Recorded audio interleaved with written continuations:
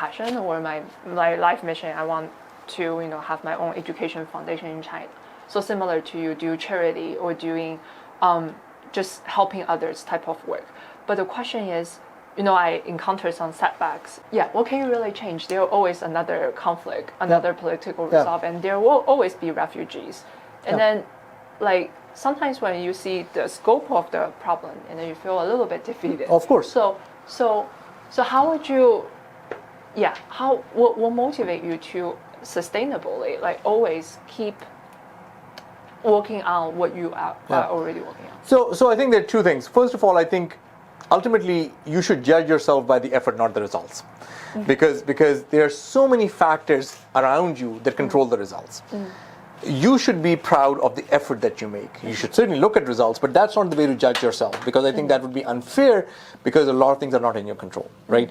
So one of the people who I care deeply about, and I got a little bit of chance to benefit from him, was Paul Farmer, who recently passed away and started Partners in Health. And I look at his life, and he worked in some pretty awful places, poor, unjust, places where there was a lot of strife and conflict. And what I learned from him, both through his writing and his sort of lectures, was this sense that these are grand problems, but these grand problems were created by people, and hence these grand problems need to be solved by people as well, right? And if we have more and more people, at some point you'll start to push this. It may happen in 5 years, it may happen in 50.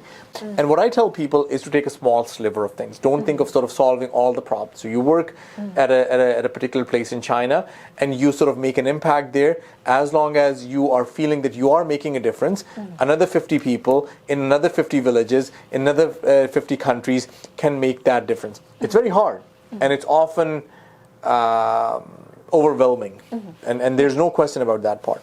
But what I think is different is as long as you're motivated that you have a mission to make a difference, then I think you'll find it valuable. The second thing I tell people is surround yourself with like-minded people. If you're working all by yourself and everybody else doesn't care about that, then you'll burn out a lot faster. Yes.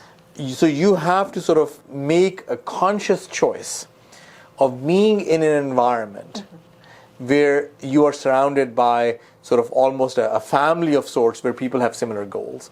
Otherwise, you'll find it to be very hard. Yes.